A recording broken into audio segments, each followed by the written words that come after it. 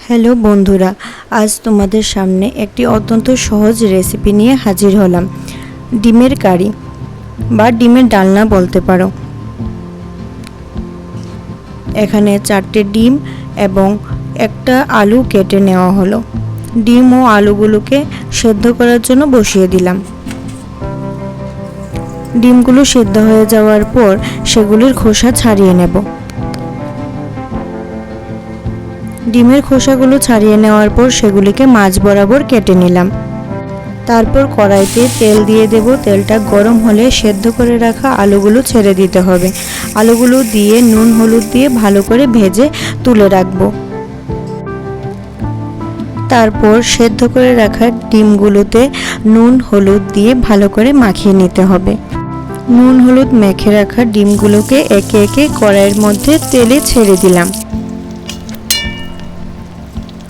ডিমগুলো ভেজে নেওয়ার পর সেগুলিকে তুলে নেব।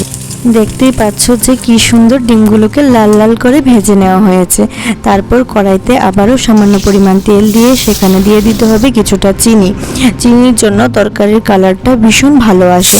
তারপর সেখানে তেজপাতা এবং গোটা গরম মশলা দিয়ে তাতে দিয়ে দিতে হবে পেঁয়াজ বাটা। পেঁয়াজ বাটাটা দিয়ে কিছুক্ষণ নাড়াচাড়া করার পর দিয়ে দিতে হবে গ্রেট করে রাখা টমেটো দিয়েও সেটাকে বেশ ভালো করে নাড়িয়ে চাড়িয়ে তারপর ওটাতে দিয়ে দিতে হবে একটা মশলার পেস্ট, যার মধ্যে থাকবে আদা, কাঁচা লঙ্কা, শুকনো লঙ্কা এবং জিরের গুঁড়ো।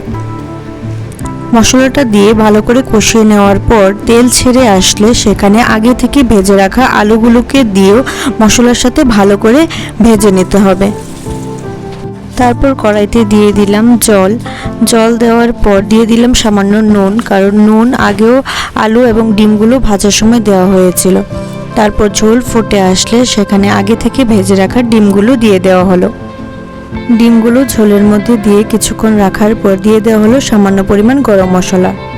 এখানে আমাদের ডিমের কারি বা ডিম আলুর ডালনা তৈরি হয়ে গেছে। দেখতেই পাচ্ছ যে কতটা লোভনীয় লাগছে। তোমাদের যদি আমার এই রেসিপিটা ভালো লেগে থাকে তাহলে অবশ্যই লাইক, শেয়ার এবং সাবস্ক্রাইব করে আমার পাশে থেকো। কমেন্টে জানিও রেসিপিটা তোমাদের কেমন লাগলো।